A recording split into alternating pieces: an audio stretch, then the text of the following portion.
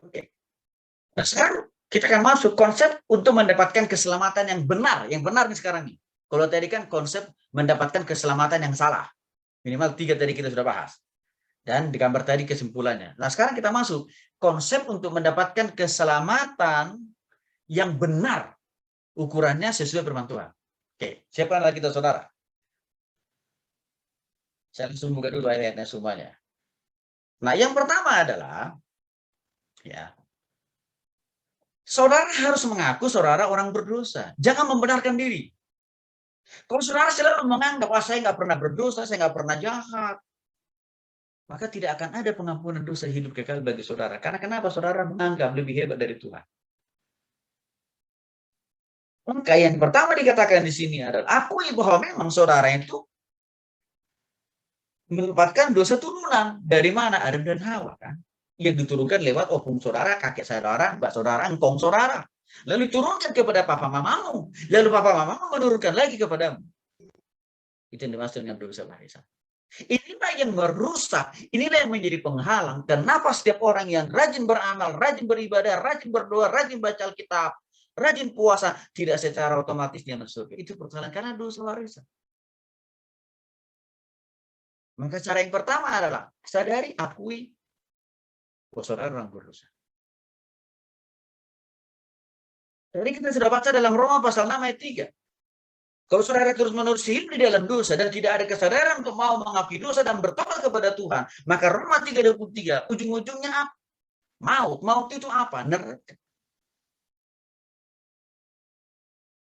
Dan sebelum kita bicara masalah neraka yang kekal nanti, bagi orang yang tidak mau sungguh-sungguh bertobat, juga ada neraka kekinian waktu saudara masih hidup di dunia ini. Yaitu apa?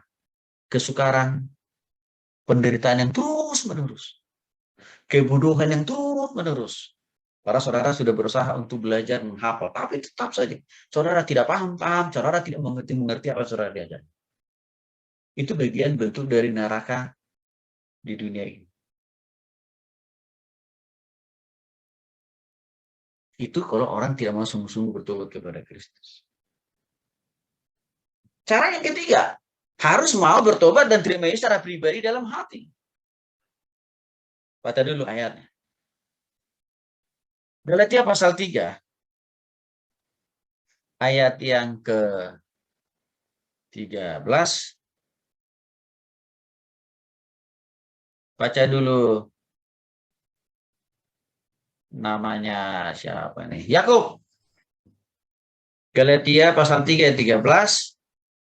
Lalu nanti Renaldi. Roma 5 ayat 9 sampai 10. Dilihat di slide ya. Renaldi Roma 5 ayat 10. Roma 5 ayat 9 sampai 10. Lalu Yeremia Roma 10 ayat 9 sampai 10. Dilihat ayat-ayat yang ada di slide. Kita dengar dulu yang pertama dari Yakob White. Galatia 3:13. Oh, ayat 13. Ya. Boskan Kristus.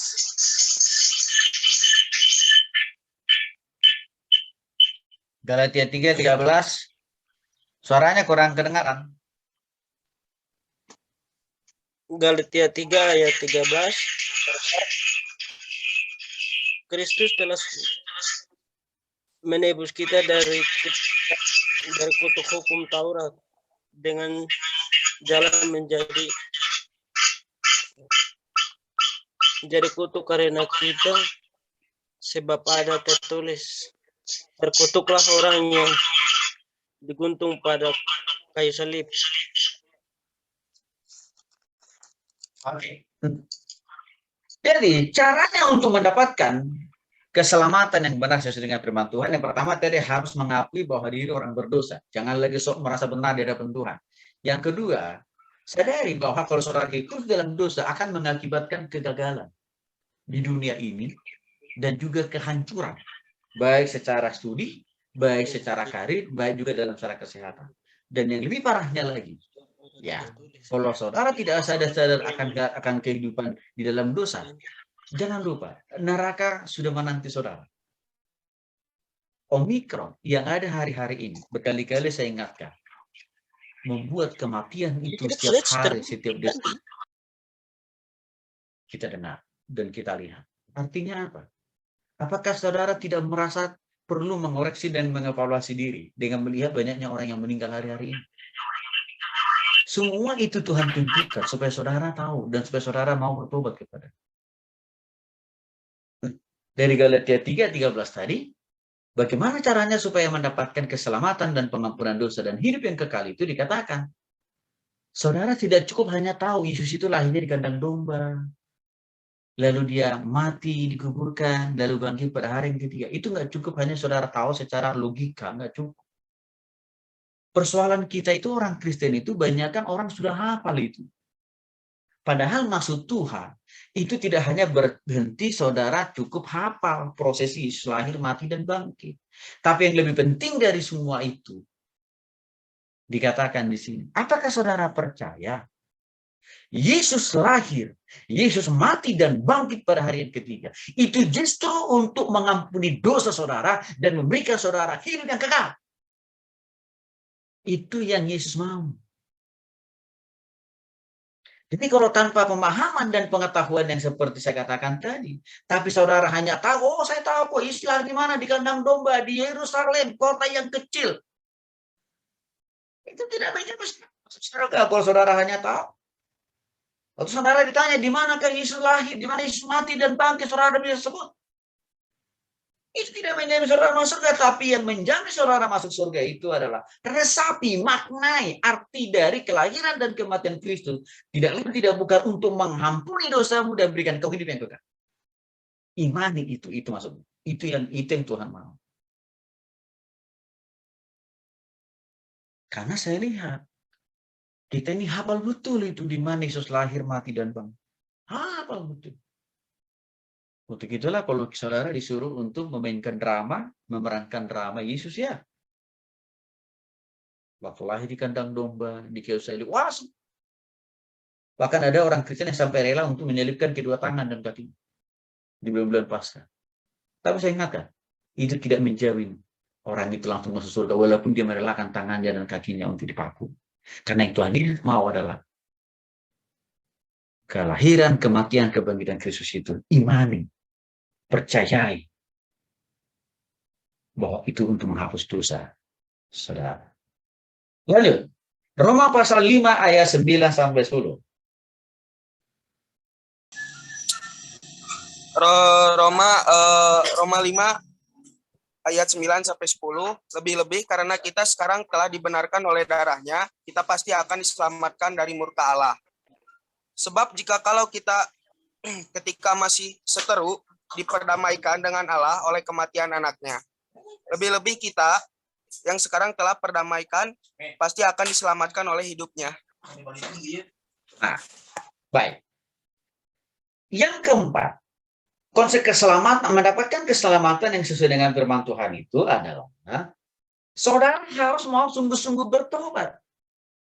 Maksudnya bertobat, berhenti dari segala bentuk dosa di hati, di pikiran, perasaan, tindakan, dan perbuatan. Berhenti.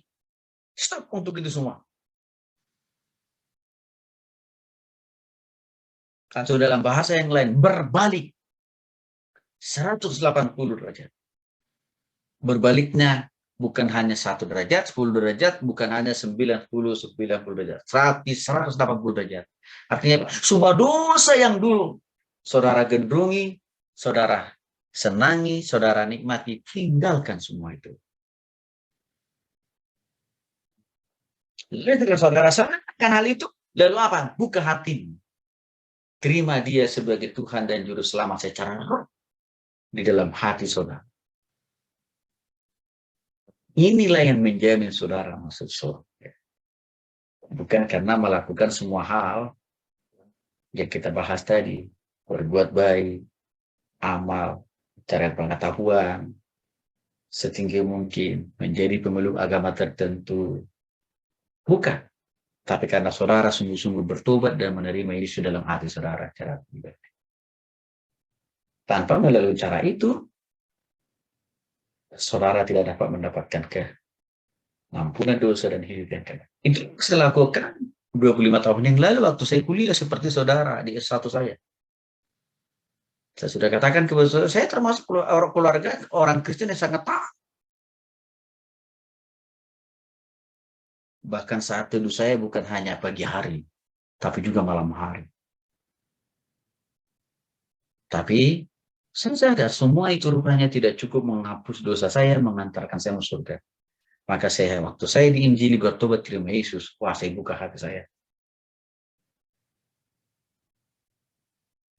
Lanjut. Roma pasal 10 ayat 9 sampai 10.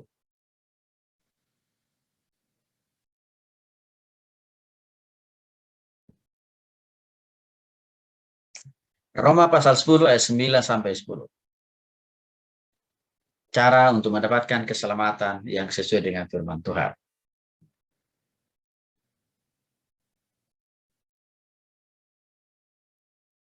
Baik, lanjut. Ini siapa tadi? Saya, Pak. Roma 10 ayat 9 sampai 10, Pak. 10. Roma 10 ayat 9 sampai yang ke-10. Sebab jika kamu mengaku dengan mulutmu bahwa Yesus adalah Tuhan dan percaya dalam hatimu bahwa Allah telah membangkitkan dia dari antara orang mati, maka kamu akan diselamatkan. Karena dengan hati orang percaya dan dibenarkan, dan dengan mulut orang mengaku dan diselamatkan. Nah, baik, perhatiin ini. Cara yang kelima, mendapatkan keselamatan yang benar sesuai firman Tuhan. Yaitu apa?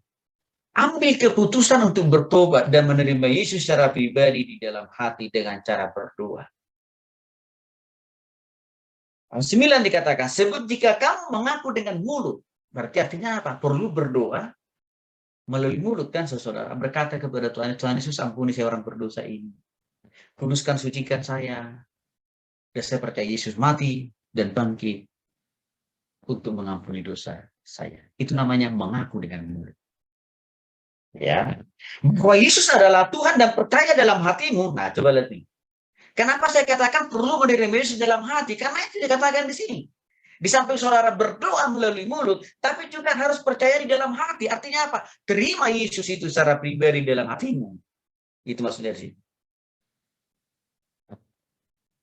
Oke.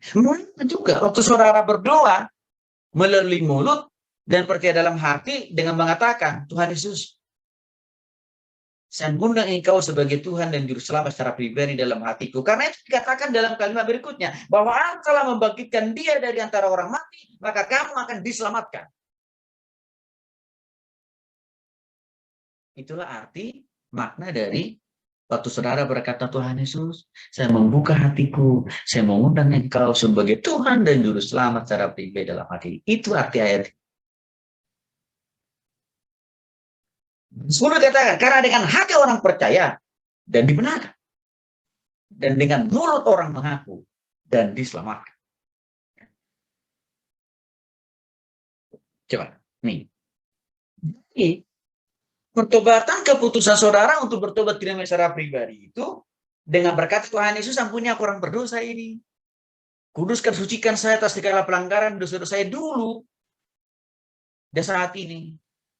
Dan saya percaya Yesus mati di kayu salib untuk mengampuni dosa dan kesalahan-kesalahan saya.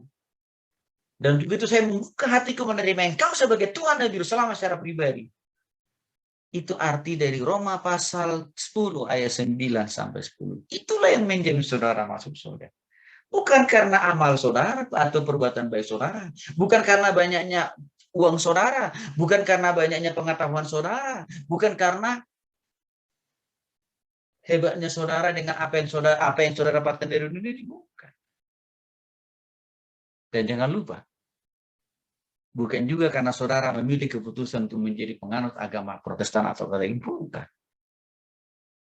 Tetapi karena engkau mengaku di dalam mulutmu dengan berdoa, Tuhan Yesus ampuni aku orang berdosa.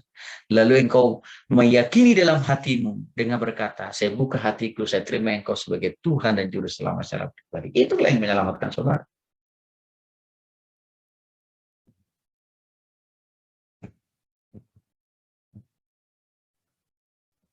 Ini penting. Baik.